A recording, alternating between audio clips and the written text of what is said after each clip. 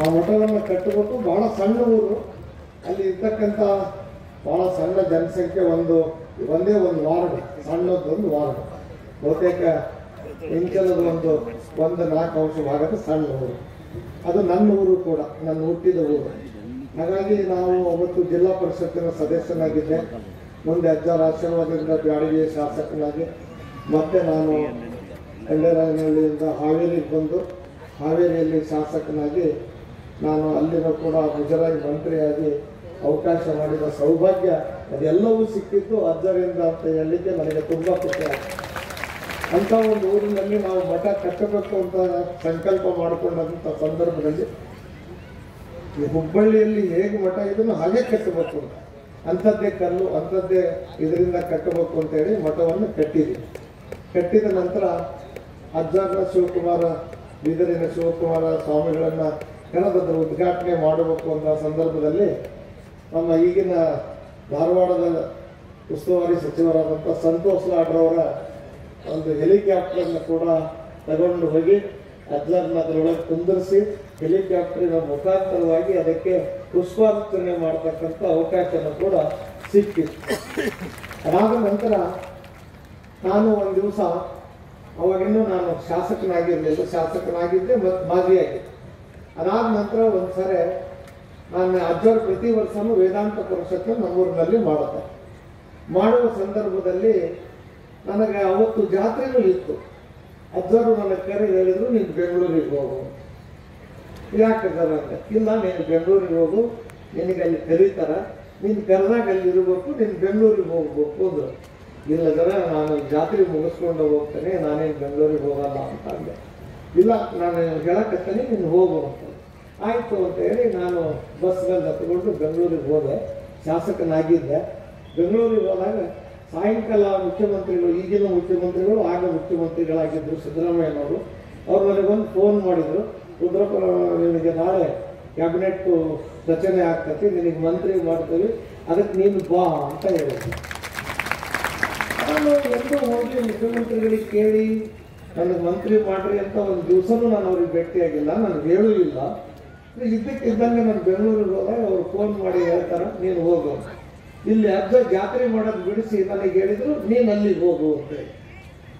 ಕಾಲಜ್ಞಾನಿಗಳು ಅನ್ನೋದಕ್ಕೆ ಇದಕ್ಕೆ ಅಂತಾರೆ, ನಡೆದಾಡುವ ದೇವರು, ನುಡಿದ ಮಾತುಗಳು ಯಾವ ರೀತಿ ನನಗೆ ಸತ್ಯವಾಗಿ ಪರಿಗಣಿಸಿತು ಅನ್ನೋದಕ್ಕೆ ನಾನೇ ಸಾಕ್ಷಿಯಾಗಿದ್ದೇನೆ. ಅವತ್ತು ನಾನು ಹೋಗಿ ನನ್ನನ್ನು ಮಂತ್ರಿ ಮಾಡಿದ್ದು, ಪ್ರಮಾಣ ವಚನ ತಗೊಂಡೆ. ಮರುದಿವಸ ಖಾತೆ ಕೊಡುವಾಗಲೂ ಕೂಡ ನನಗೆ ಕೊಟ್ಟಿದ್ದು ಮುಜರಾಯಿ ಖಾತೆ ಮತ್ತು ಜವಳಿ ಖಾತೆ ಮಂತ್ರಿಗಾರಾಗಿ ಮಾಡಿದ್ರು. ನನಗೆ ಅನ್ನಿಸ್ತು, ಯಾಕಪ್ಪ ನನಗೆ ಜವಳಿ ಮುಜರಾಯಿ ಮಂತ್ರಿ ಮಾಡಿದರು, ಭಾಳ ಕಷ್ಟದ ಕೆಲಸ ಅದು ಮುಜರಾಯಿ ಮಂತ್ರಿ ಆಗೋದು. ಆಯಿತು, ಅಜ್ಜರಿಗೆ ಬಂದು ನಮಸ್ಕಾರ ಮಾಡಿ ಪರ್ಮಿಷನ್ ತಗೊಂಡು, ಇಲ್ಲ ನಿನಗೆ ಒಳ್ಳೇದಾಗಲಪ್ಪ ಅಂತ ಹೇಳಿದ್ರೆ ಮತ್ತೆ ಬಂದು ಕಾರ್ಯಕ್ರಮವನ್ನು ಮಾಡಿದ್ರು. ಅದೇ ರೀತಿಯಾಗಿ ನಮಗೆ ಅನೇಕ ತೊಂದರೆಗಳು ಬಂದಾಗೂ ಸಹಿತ ನಾವು ಅಜ್ಜಾರು ನೆನೆಸ್ಕೊಂಡು ಇದನ್ನು ಮಾಡಿದ್ವಿ. ಅದಕ್ಕೆ ನಮ್ಮ ಗುರುಗಳು ನಾವು ಸೇರಿ ಅಜ್ಜಾರ್ದೊಂದು ಮಂದಿರನ ಕಟ್ಟಬೇಕು. ಇಲ್ಲಿ ನಾವು ಪದೇ ಪದೇ ಹೋಗಿ ಇಂಚಲದೊಳಗೆ ನೋಡೋಕ್ಕಾಗೋದಿಲ್ಲ.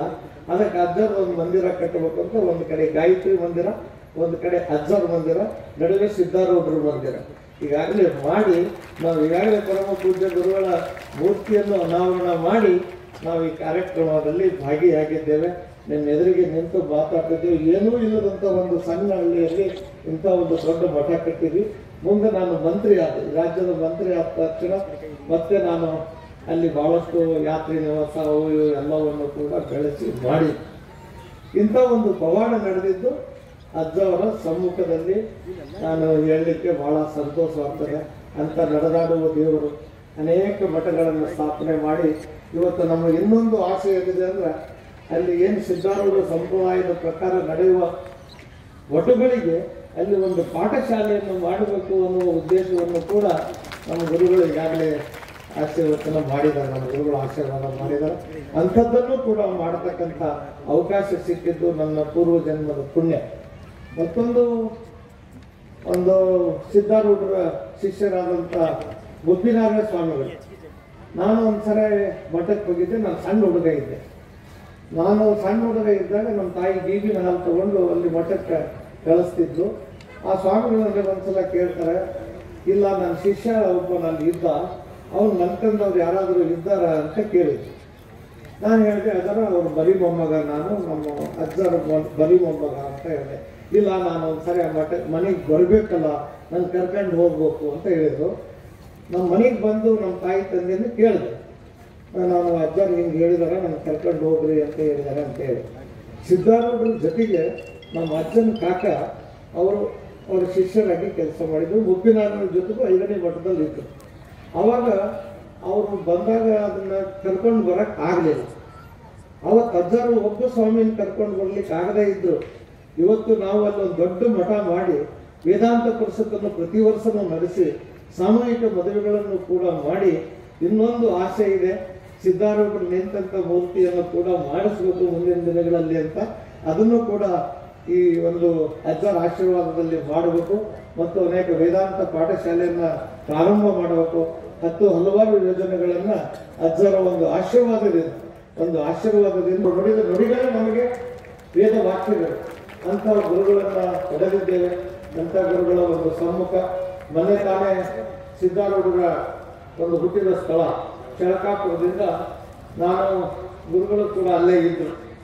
ಚಳಕಾಪುರದಿಂದ ಜ್ಯೋತಿಯನ್ನು ಕರ್ನಾಟಕ, ಮಹಾರಾಷ್ಟ್ರ, ಗೋವಾಗಳಿಗೆ ಹೋಗ್ತಕ್ಕಂಥ ಒಂದು ಅವಕಾಶ, ಅದರ ಜ್ಯೋತಿಯನ್ನು ಉದ್ಘಾಟನೆ ಮಾಡ್ತಕ್ಕಂಥ ಭಾಗ್ಯನೂ ಕೂಡ ನನಗೆ ಬಂದಿತ್ತು. ಅದು ನಮ್ಮ ಸೌಭಾಗ್ಯ. ಹೀಗಾಗಿ ಯಾರು ದೇವರನ್ನು ನಂಬಿದಾರೋ, ದೇವರು ನಮಗೆ ಕಾಣದೇ ಇದ್ದು ಪ್ರತ್ಯಕ್ಷವಾಗಿ ಕಾಣತಕ್ಕಂಥ ಸೇವರು ಅಂದರೆ ನಮ್ಮ ಸಿದ್ಧಾರೂಢ ಸಂಪ್ರದಾಯದ ಶಿವಾನಂದ ಭಾರತಿ ಮಹಾಸ್ವಾಮಿಗಳು, ಕುಮಾರ ಸ್ವಾಮೀಜಿಗಳು ಮತ್ತು ನಮ್ಮ 5ನೇ ಮಠದ ಬಸವರಾಜ ದೇಶಿಕೇಂದ್ರ ಮಹಾಸ್ವಾಮಿಗಳು, ಅನೇಕ ಪರಮ ಪೂಜ್ಯಗಳ ಗುರುಗಳ ಮುಖಾಂತರ ನಾವು ಇವತ್ತು ದೇವರನ್ನ ನೋಡ್ತಕ್ಕಂಥದ್ದು. ಸಿದ್ಧಾರೂಢ ಸಂಪ್ರದಾಯದಲ್ಲಿ ಜಾತಿ, ಮತ, ಪಂಥ ಯಾವುದೂ ಇಲ್ಲ. ಬೇರೆ ಯಾವುದಾದ್ರೂ ನಾವು ಮಠಕ್ಕೆ ಹೋದರೆ ನೀವು ಯಾವ ಸಮಾಜಕ್ಕೆ ಸೇರಿದವರು, ಯಾವ ಮಠದಿಂದ ಬಂದಿರಿ, ಅದನ್ನೆಲ್ಲವನ್ನೂ ಕೇಳ್ತಾರೆ. ಆದರೆ ಇವತ್ತು ಇಷ್ಟೆಲ್ಲ ಸ್ವಾಮಿಗಳು ಮಠಗಳು ಏನಾದರೂ ಮಾಡಿದರೆ ಅವರಿಗೆ ಅವರೇ ಸ್ವಾಮಿಗಳು.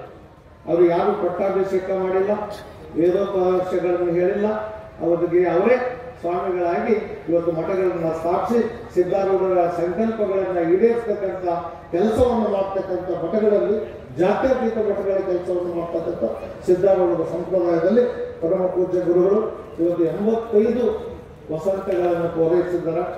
ಅವರ ಸಂಪೂರ್ಣವಾಗಿ ನಾವೆಲ್ಲರೂ ಮತ್ತೆ ಅವರ ಒಂದು ಶತಮಾನೋತ್ಸವ ಕಾರ್ಯಕ್ರಮವನ್ನು ಮಾಡ್ತಕ್ಕಂಥ ಅವಕಾಶ ಸಿಗಲಿ ಅಂತ ಶಿವಯೋಗೀಶ್ವರ ಮಹಾಸ್ವಾಮಿಗಳಲ್ಲಿ ಬೇಡಿಕೊಂಡು ನನ್ನ ಮಾತನ್ನು ಮುಗಿಸ್ತೇನೆ. ಎಲ್ಲರಿಗೂ ನಮಸ್ಕಾರ. ಅತ್ಯಂತ ಭಾವನಾತ್ಮಕವಾಗಿ